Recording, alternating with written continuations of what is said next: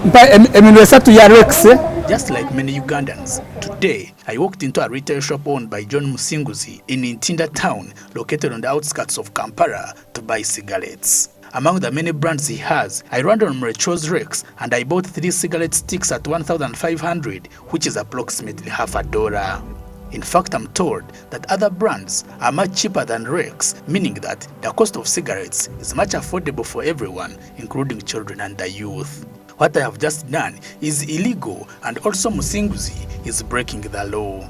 Uganda's Tobacco Control Act bans the sale of single cigarette sticks to any person anywhere in Uganda. It is not only Musinguzi that is breaking the law, but many other small, medium, and big shops in the country. Uganda's Tobacco Control Act, which was enacted in 2015, bans the sale of single cigarette sticks, and if one is arrested, is liable to a fine of 480,000 shillings upon conviction or imprisonment for at least 1 year or both. All this and the other many provisions of the Tobacco Control Act are aimed at saving many Ugandans, especially the young generation, against the devastating effects of tobacco. Selling of single cigarette sticks is among the very many tactics the tobacco industry is using to target the global young population. Worldwide, tobacco is the leading single cause of preventable death and kills more people than HIV, malaria, and tuberculosis combined every year. According to the World Health Organization, tobacco kills over 8 million people globally, and in Uganda, 38 people die every day due to tobacco-related diseases, according to information from the Ministry of Health. Tobacco is the product that we know that kills more than 10% of the people who don't consume it, but who live around or interact with the people who consume tobacco. They are called second-hand smokers. 10% or more of the 8 million people who die annually are actually non-smokers. They are just second-hand smokers. So the thing about tobacco is it kills the ones who consume it directly. It also kills the ones who consume it indirectly by being around those. That is how dangerous the product is.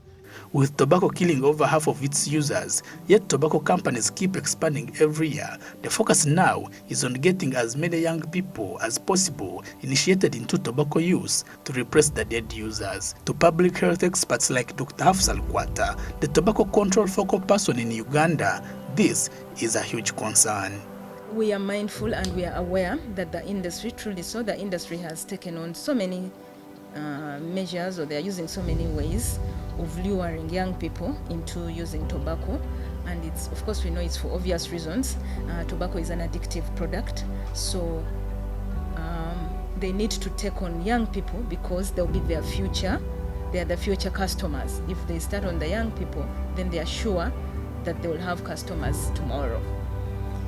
So they have done so many things, and one of the things is that you can just look at the way they are packaging their tobacco products. They usually pack it very enticingly, especially for the young people. They put them in very bright colors, and it has been shown that if someone does not smoke by the age of 21, then they are least likely to start smoking. So that, and moreover, that was a research which they did themselves, and of course science just proves it to us.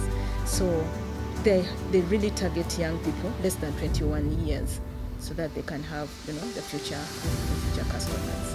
A 2016 survey by the African Tobacco Control Alliance titled Big Tobacco Tiny Targets established that there is unequivocal evidence that the tobacco industry deliberately and systematically targets the children in order to encourage smoking and the use of other tobacco products among them. The survey was carried out in Uganda, Burkina Faso, Benin, and Cameroon. In Uganda, the study observed that the tobacco industry was using multiple strategies, including marketing, advertising, and promotion, very often around schools, leading to experimentation with and addiction to tobacco among children.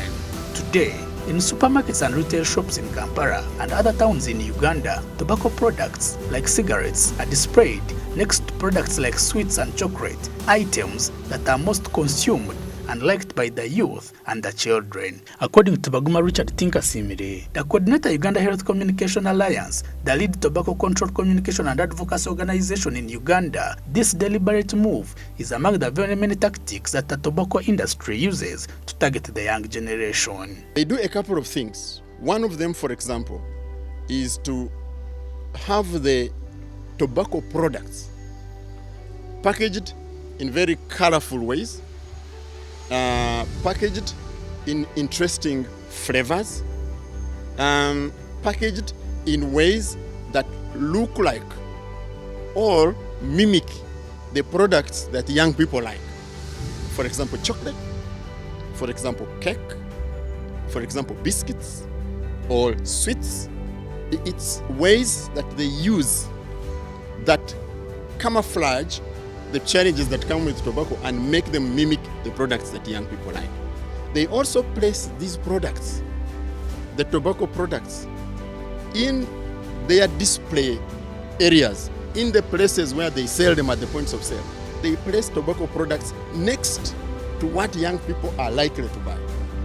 They will place them again near these things, chewing gum, sweets, and things that the young people like, or close to scholastic materials, which again young people will come to buy, pens and books and currency. So this is concerning us because it's a direct target and a manipulation of the minds of the young people to associate the dangerous tobacco products with good things that they associate with. Apart from this shrewd marketing tactic, Big Tobacco also employs tactics like the manufacture and sale of smokeless and flavored tobacco products, use of celebrities and influencers, as well as online marketing of tobacco products, among other traps. The other way that they have adopted very much is to flavor them using the flavors that are attractive to young people. Chocolate flavor, strawberry, vanilla, all these wonderful flavors. And also to package them in very colorful and creative designs. So you find colors that are good, that are attractive. They do it also, promote tobacco products using influencers, using artists, using popular performers, using comedians, all these people who have popular following. And they do it in a subtle way. You will find that a lot of music videos, a lot of films, a lot of skits by comedians and all the other performers, a lot of presentations by the people they call slayers. They will contain a scene with consumption of tobacco. Either somebody smoking, is chewing, is sniffing, is smoking shisha, and this is a subtle way. So many of these influencers are paid because they have a big following of young people to feature consumption of tobacco in their photos or videos or whatever, and they are made to look like this is sexy, this is fashionable, this is trendy, and as a young person, people should be taking it. The other thing that we see the tobacco industry has been using is to put products online, because they know that a lot of young people are online. So they put a lot of their products online, and it's a way of circumventing regulations and legal provisions, because most of the legal provisions can be enforced from physical spaces. It's very difficult to police. The big question now is, there is no safe level of consumption of tobacco. In fact, tobacco is the product that we know that kills more than 10% of the people who don't consume it, but who live around or interact with the people who consume tobacco. They are called second-hand smokers. 10% or more of the 8 million people who die annually are actually non-smokers. They are just second-hand smokers.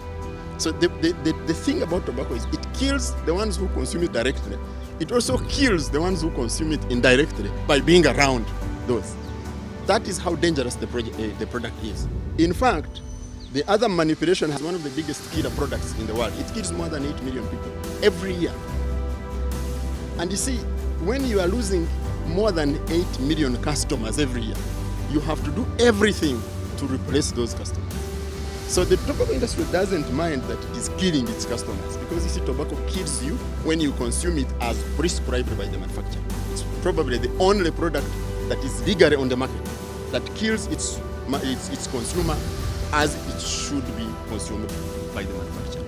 So you have to replace 8 million consumers. The major target for all this persuasive and youth-focused tobacco marketing is the developing world, where Uganda and Africa lies. In Africa, over 41% of the population is below the age of 15, and this is a key target population for big tobacco. Having a big cross-section of this young population, especially women, getting initiated into tobacco use at an early stage represents a big socio-economic setback for countries, the continent, and the world at large. But if we have lots of the young people, women especially, using tobacco is dangerous. Tobacco is dangerous to each and every part of the body. But the most significant, I think later on, where people will really say, like, I wish I had known, is the reproductive system. It affects the reproductive system both for men and women, but worse for the women. Reason, it causes infertility, and if you manage to conceive and have your baby, you'll have like a small baby, a very small baby with bad lungs. You know, it will not survive. It will cost the person who has had such a child a lot of money, because they'll always be in hospital. They'll have to be into these incubators that, you know. So tobacco costs the country a lot of money, and we are told that, yes, you people are fighting tobacco, but these guys are giving us money. Yes, they give us money. But colleagues, those of you who are listening to me, for every $1 that is given in tax, we spend $4 in treating the complications that arise from the tobacco use. I think as adults, we cannot just sit down and relax and keep quiet about what is happening as far as tobacco use is concerned. We should start and do whatever it takes. The parents have their role to play, adults have their role to play, different people, the different stakeholders have their roles to play, the leaders. Members of Parliament have put in place very beautiful laws. The laws are there, but the implementation is our problem. A real national challenge, that when the tobacco industry is not stopped in its tracks from targeting young women from developing countries. They must stop targeting women from developing countries, otherwise the developing countries are going to have dire consequences, health-wise, socially, and economically. In order to offer more protection to the youth, the Tobacco Control Act also bans the selling of single cigarette sticks and selling of tobacco products near education institutions like schools and many others. This law we are talking about is currently under implementation, but David Kabanda, a human rights lawyer in Uganda, says that much more is needed in order to implement this law and protect generations. From the civil society point of view, we know that a lot of people are dying because of tobacco use, and tobacco is the only one killer product in the world, and you see, you use tobacco and eventually die. You realize that tobacco is very dangerous, because if someone started it, you realize that it has nicotine in it and it is addictive, highly addictive. We have a very progressive law. Ministry of Health has now given us regulations. Everyone in Uganda must now stand up to use the power that they have within the law, because no one. So we are very hopeful and we are optimistic that this law might give us the results that we want. Eventually, we'll have tobacco out of Uganda. Over the years, the trend has shown that having a very good law like Uganda's Tobacco Control Act is not enough in the fight to protect very many people from the effects of tobacco. Different stakeholders, including us the citizens, we have a big role to play if we are succeeding in this.